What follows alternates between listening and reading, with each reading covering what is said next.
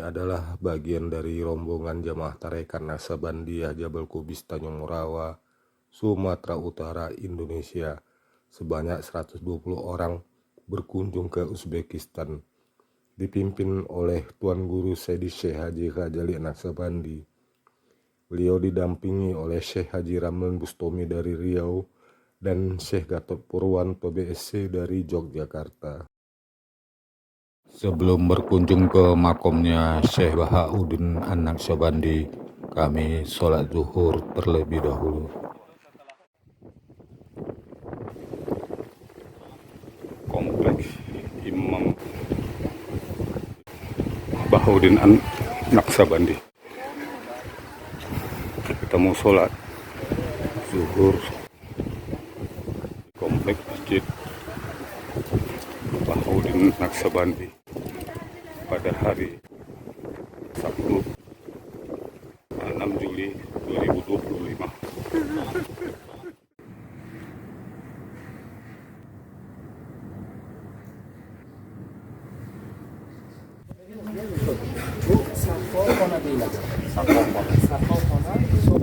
Menurut cerita sejarahnya, air di kolam ini pada masa Syekh Bahauddin An-Naksabandi dan sesudahnya rasanya manis tidak tawar, sehingga banyak masyarakat yang berziarah kemari dapat menikmati air yang rasanya manis.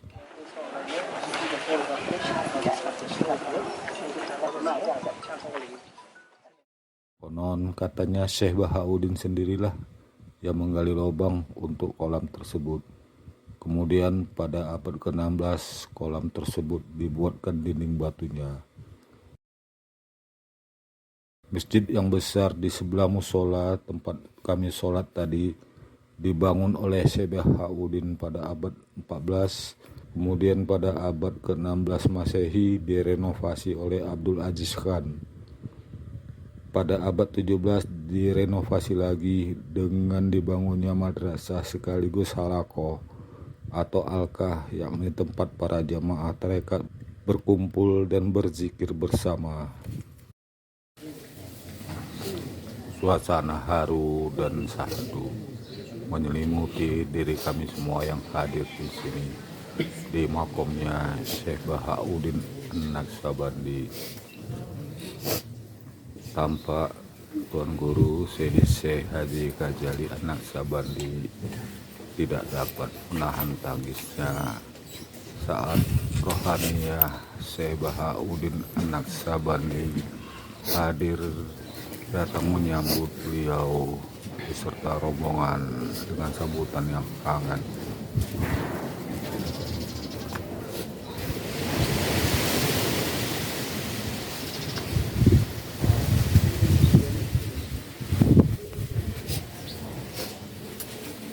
Yang mau bermohon kepada Allah berkat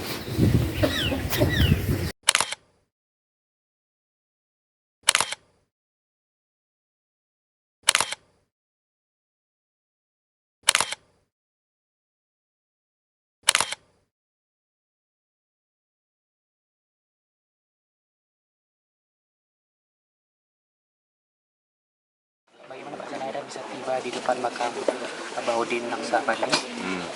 Semuanya jadi tampak emosional ya? emosional karena merasa ya kesyukurannya kepada Allah Ta'ala yang selama ini hanya sering bermohon berdoa berkat ya Syekh Bahauddin Naksabandi, tapi tidak pernah mungkin terbayang dalam pikiran jemaah itu sampai kepada makamnya langsung. Dan saya pun maaf ya, ini sebenarnya karena saya juga dibikin orang tua saya memakai nama beliau Ghazali An-Naksabandi, jadi rasanya tidak afdol rasanya kalau saya tidak ya, berziarah ke makam beliau. Ya, alhamdulillah atas ini Allah berketepat seluruh murid saya dan seluruh masyayikh ahli tarekat Naksabandiyah dan bersyafaat dengan Nabi besar Muhammad SAW. Atas izin Allah ya saya sampai juga ke sini. Yang mudah-mudahan jadi hanya sekali ini saya kalau bisa saya setiap tahun datang kemari. Amin. Jadi Jadi perasaan saya ada kegembiraan, ya. Saya merasakan sambutan, ya. Saya merasakan secara kerohaniannya begitu sambutan beliau kepada saya atau kepada kami semua begitu besar rasanya, begitu bangga saya rasanya dapat berhadapan dengan beliau. Itu. Tuan Guru, sebenarnya apa makna ziarah ke makam Syekh Baudin Naksabandi ini bagi seorang pengamal tarekat ini? Maknanya, ya sebenarnya dia sebagai guru, ya, guru yang mempopulerkan tarekat Naksabandiyah ini, kan begitu. Jadi ya maknanya menghormati beliau, ya, dan juga ingin mengetahui di mana, ya, asal usul beliau dan di mana beliau bertempat, kan begitu, bermakom kan. Tapi sudah langsung, jadi maknanya itu karena kesyukuran kepada Allah Taala, ya, dan mudah-mudahan pula berkat beliau, ya, barokah beliau, ya, mudah-mudahan tarekat Naksabandiyah ini makin besar. Amin. Dan sampai kepada anak cucu kita nanti. Amin. Dan Guru, ini kan tarekat Naksabandiyah yang mencetuskan Syekh Saifuddin, tapi di Uzbekistan ini sendiri kan udah hampir punah, ya. Harapannya mungkin apa? Nah, itulah tadi yang saya sayangkan itu kan. Jadi ini hanya sebagai tempat situs sejarah saja lagi kan, tempat wisata berziarah, tapi yang saya sayangkan itu tidak ada penerusnya. Ini maka saya tanya tadi, ya, tentang itu waktu di makam siapa tadi? Saya bilang, saya tanya siapa, ya, penerus tarekat ini, apalagi masih ada suruh di sini. Katanya pernah nggak ada, jadi hanya tinggal tempat. Itulah yang mudah-mudahan dengan kehadiran kami di sini berziarah, mudah-mudahan tarekat Naksabandiyah berkembang di. Amin. Terima kasih Tuan Guru. Maaf ya, saya nggak perlu. Aman.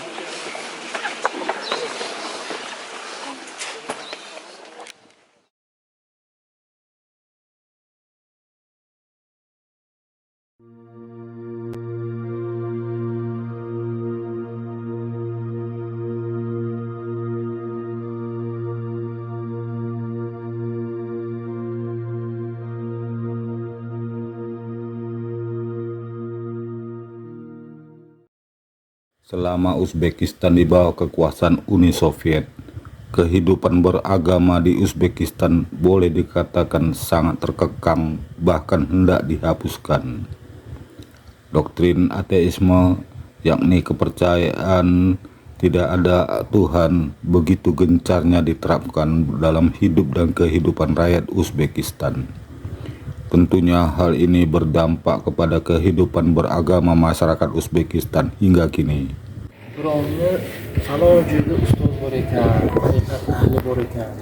Rusia itu kita kehilangan banyak, dan itu yang jawaban utama untuk pertanyaan Bapak.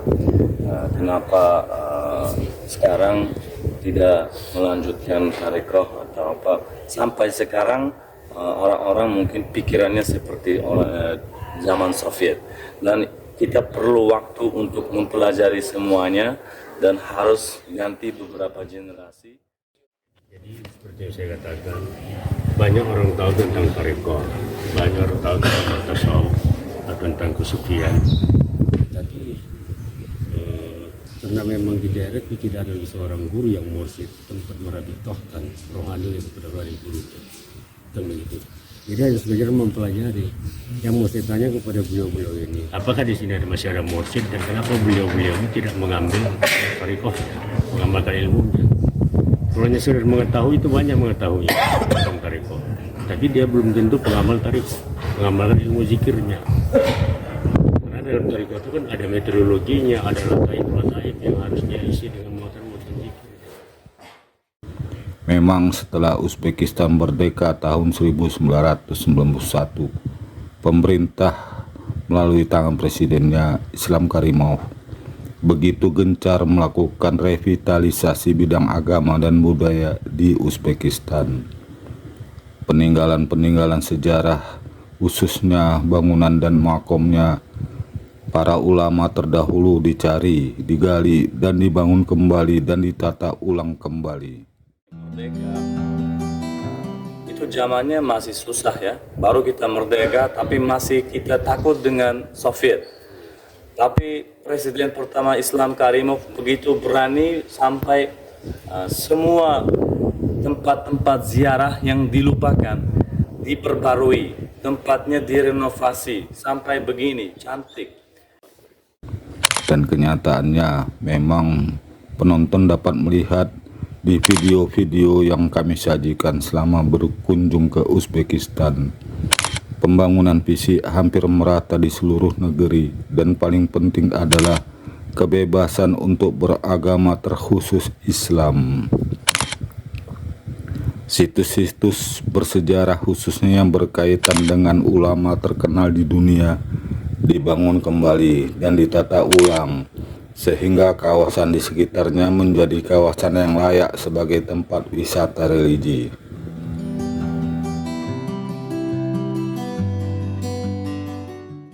Namun ada hal penting yang terabaikan oleh masyarakat muslim di Uzbekistan, bahwa begitu banyaknya ulama-ulama tarekat pada abad-abad pertengahan, namun ajaran-ajarannya nyaris punah. Tidak ada lagi yang meneruskan hingga generasi sekarang. Kenyataan ini tentu sangat disayangkan oleh Tuan Guru Sayyidi Syekh Haji Ghazali An-Naqsabandi. Itulah sebabnya saat berziarah ke makam Syekh Bahauddin An-Naqsabandi, pendiri ajaran tarekat Naqsabandiyah, beliau berkesempatan menyampaikan pesan-pesan kepada masyarakat muslim melalui pengurus makam Bahauddin tentang perlunya menjalin tali kerohanian sesama umat muslim. Kalau Bapak doakan kepada kami semua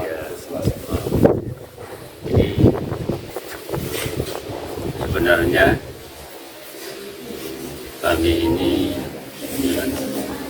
kalau dia tidak satu yang tarekat ini, artinya kan tarekat ini adalah yang berkaitan dengan kerohanian, yang mana setiap rohani itu betul ada seorang pembimbing, seorang guru yang mursyid sebagai merabitkan dan mengkaitkan rohaninya. Jadi kalaulah walaupun sesama muslim dia, tapi dia tidak mengamalkan seperti apa yang kami amalkan, berguru pada seorang guru yang mursyid. Guru saya langsung ayah saya, silsilah ke-35 ya, Sayyidi Syekh Haji Amir Damsar Saif Alam. Itu beliau berlindung ya pada tahun 2003. Jadi saya langsung kepada beliau ya, sudah puluhan tahun ya. Jadi kemenangan Rasulullah dulu sebenarnya adalah ya, karena hubungan kerohanian tadi, tali simpul kerohanian tadi, sehingga Rasulullah bisa menguasai ya, 23 bagian bumi. Kalau tidak diikat oleh dengan tali kerohanian, Islam itu tidak akan kuat. Islam ini rapuh ya. Karena kalau diikat hanya dengan materi, dengan harta benda, itu sifatnya sangat-sangat ya, sementara. Tapi kalau diikat dengan simpul tali kerohanian, disinilah kemenangan Islam. Makanya Indonesia dijajah Belanda ya 300 tahun, 320 tahun dulu ya, sejarahnya itu ya, meneliti kenapa umat Islam itu begitu kuat ya, Indonesia. Rupanya kekuatan umat Islam ini adalah di orang-orang Tariqah. Dan itu tadi, maka diturunkanlah ya seorang misalnya Belanda namanya Snokobronje ya, untuk memecah ya, supaya orang jangan bertariqah lagi, karena Belanda ini sangat takut dengan orang-orang tariqah kan begitu.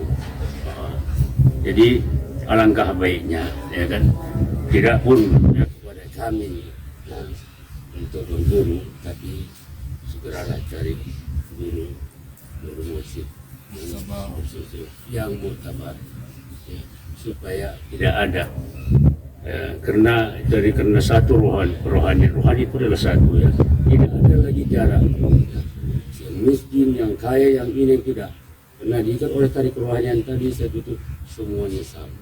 semuanya saling mengasihi. Itulah dia tadi. Tapi kalau yang diikat persaudaraan dengan jasmani, dengan harta benda itu seperti sangat rapuh. Inilah kemenangan Islam sebenarnya di dalam kerohanian mereka. islomda ruhoniy bog'lanish judayam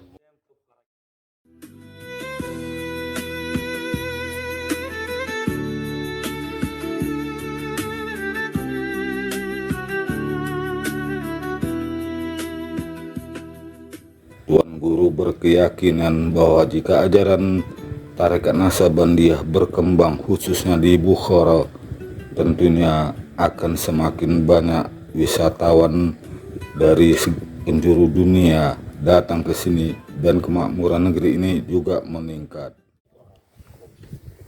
Nah ini sangat disayangkan ya, kalaulah apalagi ini di sinilah tempat ya pusat daripada Tarekat Naksabandiyah, di sini tidak ada pengamalnya, sangat sayang, itu kami sedihkan itu ya.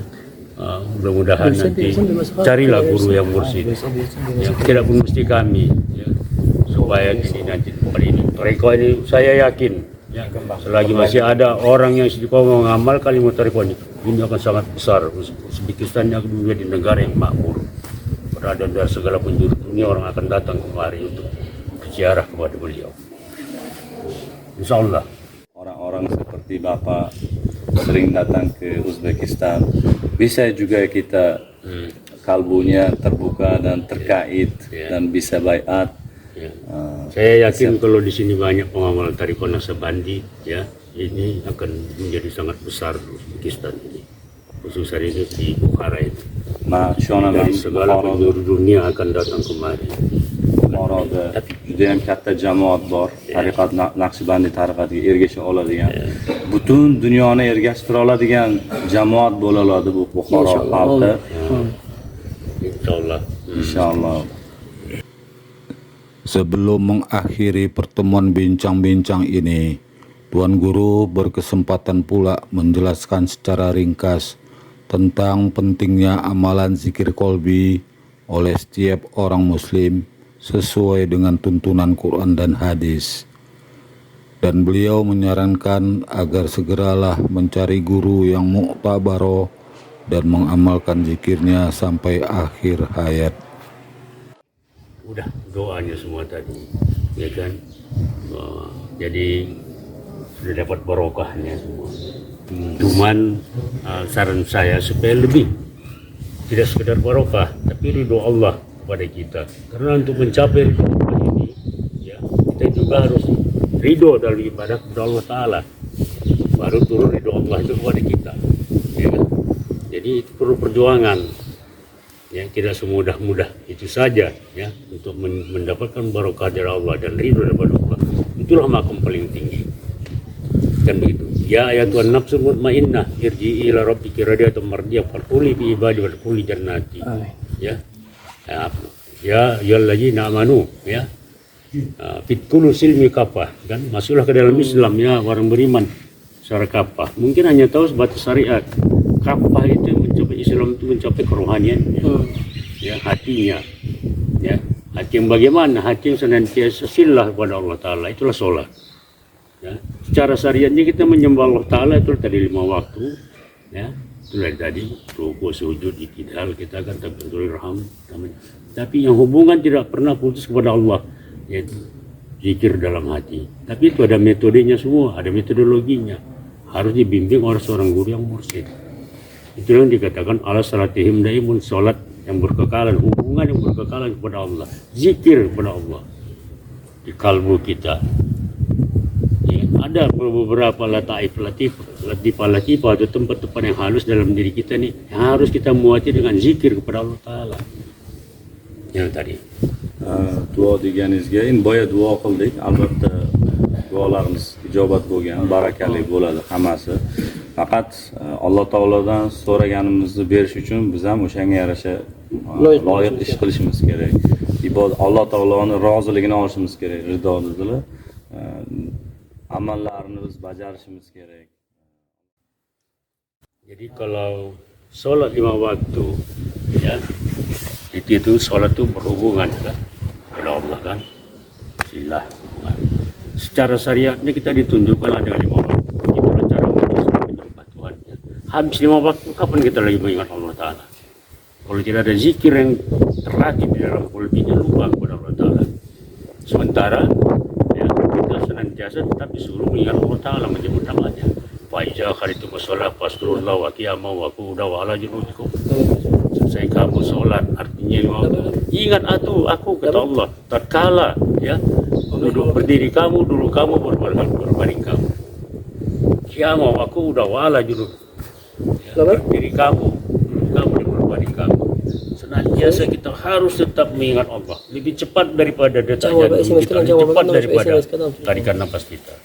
Maka itulah tadi ada hadis suci. Fa inna ma tawalu fasama wajhukum wajh Allah. Kemana kamu hadapkan wajahmu, di situ ada wajah Allah. Bagaimana untuk mencapai tingkatan itu? Inilah perlu latihan, inilah tariqah. Itulah. Jadi kalau bertaharah ya, secara lahir itulah dengan wudu, dengan air. Ya, manalah mungkin hati kita yang penuh dengan kotoran. Banyak ya, di sini tersimpan sifat-sifat mazmumah, sifat-sifat tercela. Dan juga di sini sifat mahmudah, ya, sifat malaikat, sifat yang baik. Ini saling berebut di kalbu kita ini. Ya. Nah, apabila kita lalai kepada Allah Ta'ala, ya, maka muncullah sifat-sifat mazmumah, sifat-sifat jahat, sifat tercela. Ya, selama kita masih hidup, dia tidak akan pernah hilang. Jadi kejar mengejar. Apabila kita lalai kepada Allah Ta'ala zikir kita, maka muncullah sifat-sifat jahat tadi. Jadi fungsi zikir dalam diri kita itu ya, menekan daripada sifat-sifat mazmumah tadi, sifat-sifat jahat tadi. Ya. Jadi kalau mana mungkinlah dengan air kita ya, bisa mensucikan hati kita. Ya, apa kata Rasulullah, ya, mensucikan hati adalah dengan zikir kepada Allah. Kan begitu. Tanamizdagi kirni tahorat suv bilan yuvib ketamiz. Lekin qalbimizda shayton bilan farishta doim olishadi. Bittasi yomon yo'lga boshlaydi, bittasi yaxshi yo'lga boshlaydi. Ada 7 tempat yang halus ya, itulah tarik latifah, tempat yang ada dalam diri kita, termasuk juga di otak benak kita. Karena ini ya, antara ini dengan ini tidak bisa sinkron kalau nggak ada zikir. Ya, timbul pikiran kotor apa semua ada. Makanya dalam metodologi Tariqah Naqsabandiyah itu ada 7 ya, 7 latifah atau lataif. Ya, tempat-tempat yang halus yang harus kita muati dengan zikir dan dengan istiqomah, tambah dengan zikir nafi isbatnya, dengan begitu wukufnya, zikir muraqabahnya terus sampai ya. Itulah perlu latihan. Jadi kalau saya katakan banyak orang tahu tariqah ya. Di Indonesia itu ada Profesor Dr. Abu Bakar Aceh ya, Dr. Imran Abu Amr, semua dia tahu tentang tariqah. Sampai kepada adab murid, ya, kepada guru, adab guru kepada murid tahu, tapi dia tidak pengamal tariqah. Perhatiannya atas kedatangannya, insya Allah kami juga memang benar-benar ada rencana mau belajar, mau memajukan ilmu tariqah, dan mungkin udah di dalam tingkat pemerintahan. Nanti pemerintah akan juga bantu. Insyaallah mudah-mudahan setiap tahun saya dapat berkunjung berziarah kembali. Amin, amin, amin. Allah Taala barchamizning qalbimizni bog'lasin bir-birimizga. Jadi silakan ya, yang Bapak Ibu kalau ada ihsannya boleh langsung ke kotak beliau bilang. kotak. Ya, kalau itu kotak amalan. Kalau langsung nggak boleh. Kata beliau ke sana, tapi kalau ada yang mau langsung ke beliau juga. Alangkah baiknya ke beliau juga, ke kotak juga kan gitu. Iya.